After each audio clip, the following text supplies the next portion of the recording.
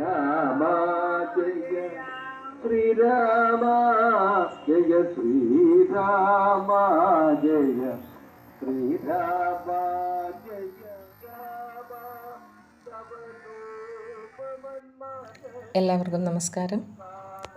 രാമായണ പാരായണവും നാലമ്പല ദർശനവും ശ്രീരാമസ്തുതിയും ഒക്കെ നിറഞ്ഞു നിൽക്കുന്ന ഈ കർക്കിടകത്തിൽ എല്ലാ വർഷവും ഞങ്ങൾ മുടങ്ങാതെ ദർശനം നടത്തുന്ന ഒരു ക്ഷേത്രമാണ് തിരുവല്ലയിലെ തൃക്കവിയൂർ മഹാദേവ ക്ഷേത്രം.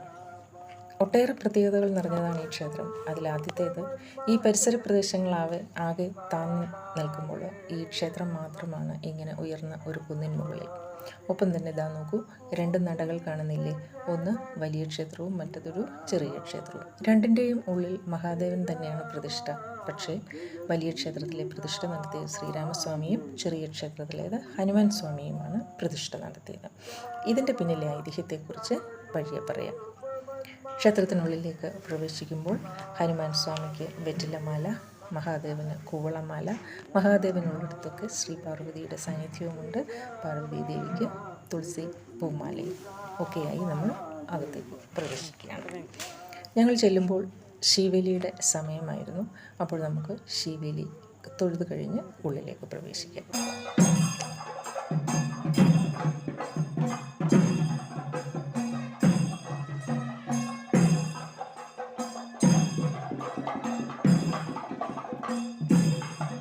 നാലമ്പലത്തിനുള്ളിൽ ഫോട്ടോഗ്രാഫി അനുവദനീയമല്ലല്ലോ. എന്നാൽ ഉള്ളിലെ മനോഹാരിത വിവരിക്കുവാൻ വാക്കുകളൊട്ട് പര്യാപ്തമല്ലേയും താനും.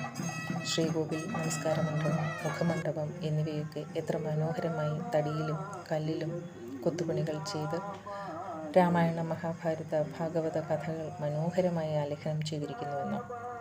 മഹാദേവൻ്റെ ശ്രീകോവിലിന് തൊട്ടടുത്ത് തന്നെയായി ആഞ്ജനേയ സ്വാമികൾക്കും ഒരു ക്ഷേത്രമുണ്ട്.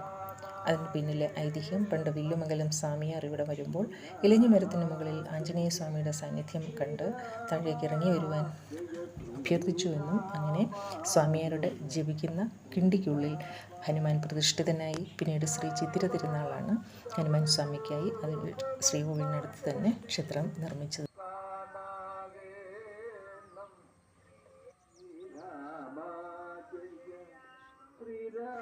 ശ്രീകോവിലിൽ കിഴക്കോട്ട് ദർശനമായി മഹാദേവനും തെക്കോട്ട് ദർശനമായി ദക്ഷിണാമൂർത്തിയും പടിഞ്ഞാറേക്ക് ദർശനമായി ശ്രീ പാർവതിയുമാണുള്ളത്. വടക്ക് ഭാഗത്താണ് ആഞ്ജനേയ സ്വാമിയുള്ളത്.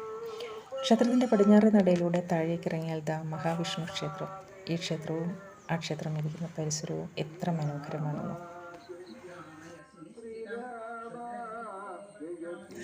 ത്രേതായുഗത്തിൽ ശ്രീരാമസ്വാമിയാണ് ഇവിടെ മഹാദേവൻ്റെ പ്രതിഷ്ഠ നടത്തിയതെന്ന് ആദ്യമേ പറഞ്ഞിരുന്നല്ലോ.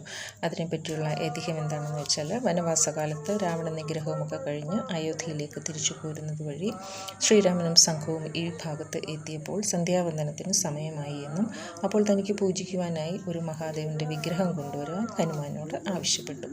വിഗ്രഹം അന്വേഷിച്ചു പോയ ഹനുമാൻ മടങ്ങി വരുവാൻ താമസിച്ചപ്പോൾ സന്ധ്യാസമയമായതിനാൽ ശ്രീരാമൻ ഇവിടെ നിന്ന് തന്നെ മണ്ണെടുത്ത് സ്വയം വിഗ്രഹമുണ്ടാക്കി പ്രതിഷ്ഠ നടത്തി പൂജ ചെയ്തു. വിഗ്രഹവുമായി മടങ്ങി വന്ന ഹനുമാൻ സ്വാമി ഇത് കണ്ട് സങ്കടം വന്നു എന്നും എന്നാൽ താൻ പ്രതിഷ്ഠിച്ച വിഗ്രഹം മാറ്റി ഹനുമാൻ കൊണ്ടുവന്ന വിഗ്രഹം പ്രതിഷ്ഠിച്ചു കൊള്ളുവാൻ ശ്രീരാമസ്വാമി പറയുകയും ചെയ്തു.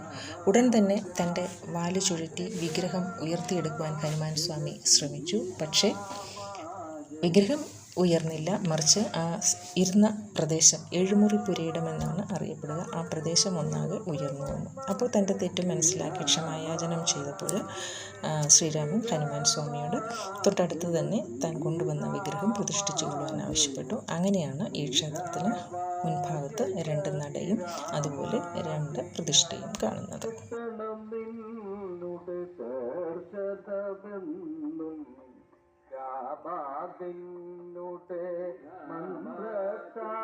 ക്ഷേത്രത്തിലെ മഹാദേവ പ്രതിഷ്ഠ ത്രേതായുഗത്തിലാണ് നടത്തപ്പെട്ടത്. പക്ഷേ ക്ഷേത്രം നിർമ്മിക്കപ്പെട്ടത് 10-ാം നൂറ്റാണ്ടോടെയാണ്. എല്ലാ വർഷവും ധനുമാസത്തിലെ തിരുവാതിര നാളിൽ ഉത്സവം കൊടിയേറി 10-ാം ദിവസം ആറാട്ടോടെ സമാപിക്കുന്നു. കൂടാതെ ഹനുമത് ജയന്തി, ശിവരാത്രി ഒക്കെ വളരെ വിശേഷമായി ഇവിടെ ആഘോഷിക്കപ്പെടുന്നുണ്ട്. സഹസ്രകളഭം, 12 കളഭം എന്നിവയൊക്കെ ഇവിടെ പ്രധാന വഴിപാടുകളുമാണ്. ക്ഷേത്രത്തിനുള്ളിലെ ദാരുശില്പങ്ങൾ ലോകപ്രശസ്തി ആർജിച്ചതാണ്. ക്ഷേത്രത്തിൻ്റെ മുൻഭാഗത്ത് തന്നെയായി വിശാലമായ ഒരു ക്ഷേത്രക്കുളവും തൊട്ടടുത്ത് തന്നെ തണൽ വിരിച്ചു നിൽക്കുന്ന വലിയ ഒരു ആൽമരവുമുണ്ട്. അങ്ങനെ എല്ലാം കൊണ്ടും ഭക്തി നിറഞ്ഞു തുളുമ്പുന്ന ഈ അന്തരീക്ഷത്തിൽ മഹാദേവന് ശ്രീരാമസ്വാമിയെയും ഹനുമാൻ സ്വാമിയെയും മഹാവിഷ്ണുവിനെയും വീണ്ടും ഒരിക്കൽ കൂടെ കണ്ടുവണങ്ങുവാനുള്ള ഭാഗ്യം സിദ്ധിച്ച സന്തോഷത്തോടെ ഇന്ന് ഇവിടെ നിന്നും മടങ്ങുന്നു.